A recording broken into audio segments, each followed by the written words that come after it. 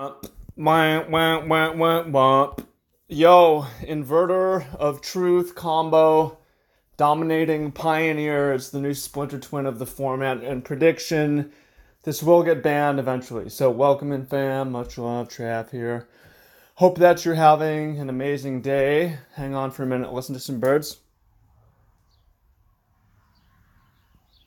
Got some sunshine, got in the ocean earlier, feeling good. Just had a big lunch and starting to get sleepy. But before I take a nap, I wanted to just say thank you and appreciate you, and that I'm glad that you're here with me, and that, man, we've been through a lot together. So before I get to the deck tech, want to let you know that I'm running the MTG Success Group for free again in the month of February.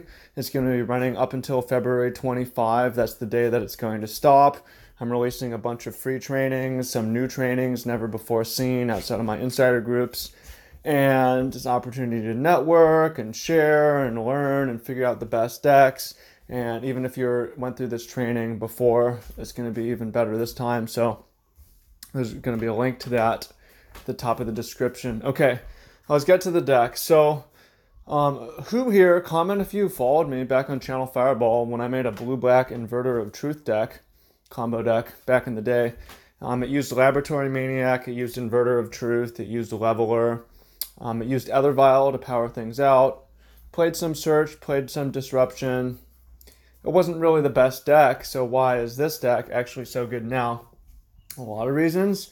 The main reason is that it printed 2 upgrades to Laboratory Maniac of ways to win the game when you're running out of cards in your deck. So what is Inverter of Truth? It's a 4-mana 6/6. It's devoid. It is flying.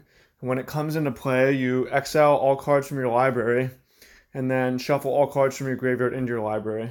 So if you only have 2 cards in your graveyard, now that's your deck. So how do you win from there? 2 ways. One is Thassa's Oracle. Blue for a 1/3. When it enters the battlefield, look at the top X cards of your library, or X is your devotion to blue.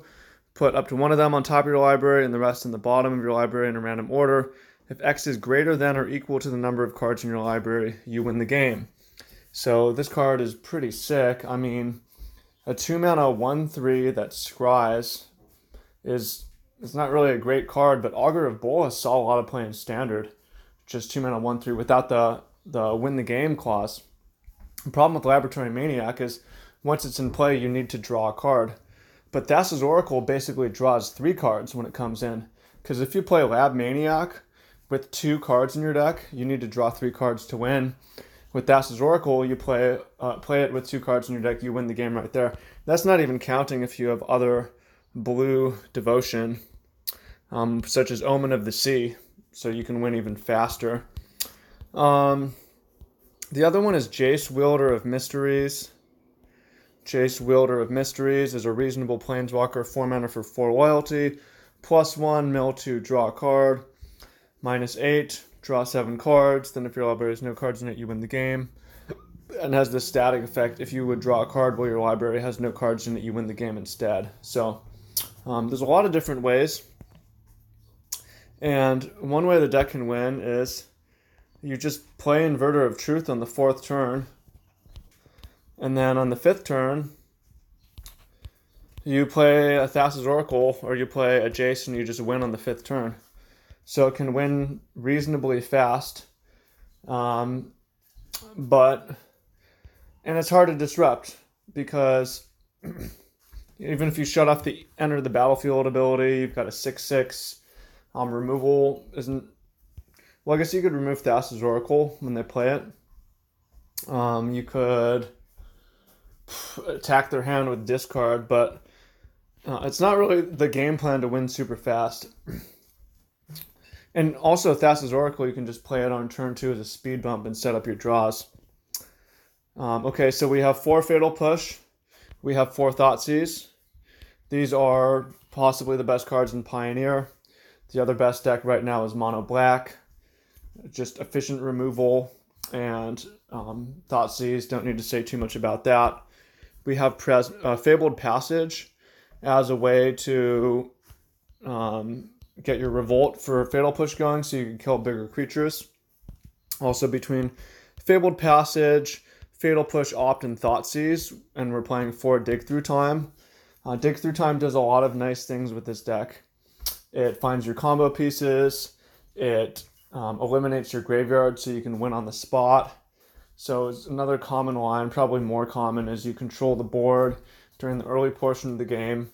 Maybe on turn 6, turn 7, or turn 5, when you're ready for it, you cast an end of the turn Dig Through Time. You untap, you play Inverter of Truth, you play Thassa's Oracle, and you win on the spot.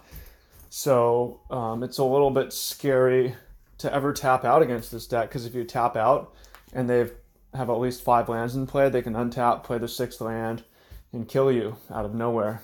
So it's even a little bit scarier than Splinter Twin. Yeah.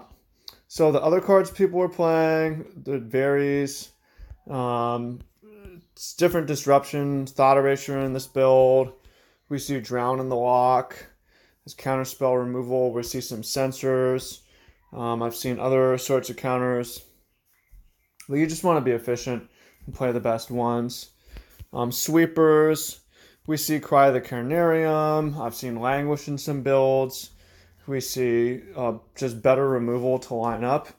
But what's also really good about this deck is that you can just sideboard into a reasonable blue-black control deck after board. So, you know, some of the common hate cards people might have, trying to shut off your enters the battlefield triggers, maybe some mill or something, that probably doesn't even work, or instant speed you draw. Gideon of the Trials is something that we see. Well, I see versions that just 2 Scarab Gods even, or just be Scarab God control. I've got Kalitas, I've got Thief of Sanity. I have other ways of winning, and my removal is just going to get better. And you're going to have some bad cards in your deck. You know, I got Jace. Yeah, you don't need the combo to win, especially when they bastardize their deck. So, why did I say this is Splinter Twin of Pioneer? Well, it's a 2-card I win combo, and it's playing the best cards in the format: Fatal Push, Thoughtseize, Dig Through Time. And this is what my coaches are telling me is, hey, we need to be recommending this deck, and but letting people know, hey, it's probably going to get banned at some point. Why is it going to get banned at some point? Well, for one, Splinter Twin got banned for a good reason. 2, this deck is going to really constrict the Pioneer format and prevent you from playing any kind of mid-range, basically. It's like you can, and ramp. It's like you can't play mid-range ramp when this deck exists, because this deck is fast, it's disruptive, and it's got a sick long game. And like ramp, mid-range, green mid-range just has no chance. So you can only play really fast decks, fast and disruptive decks, which is why Mono Black is the other popular deck. Yeah, you can play Heliod combo. It's fast, can be fast enough. You could play Mono Red. It could be fast enough. Not even necessarily Chonky Red, though. I guess you could play Nib Mizzet, but it's just not interactive or fast enough most of the time. So I think that we will see this card get banned. Not right away. We got to give the metagame time to adapt. But when the chips rest at the end of the day, I think that's what we will see. So, hope you found this analysis useful. It's a pretty cool deck. I wanted to talk about it.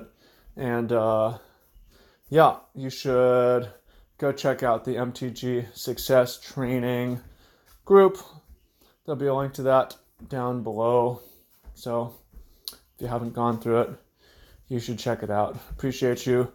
Much love, and we'll see you in the free trainings. Peace, fam. Take care.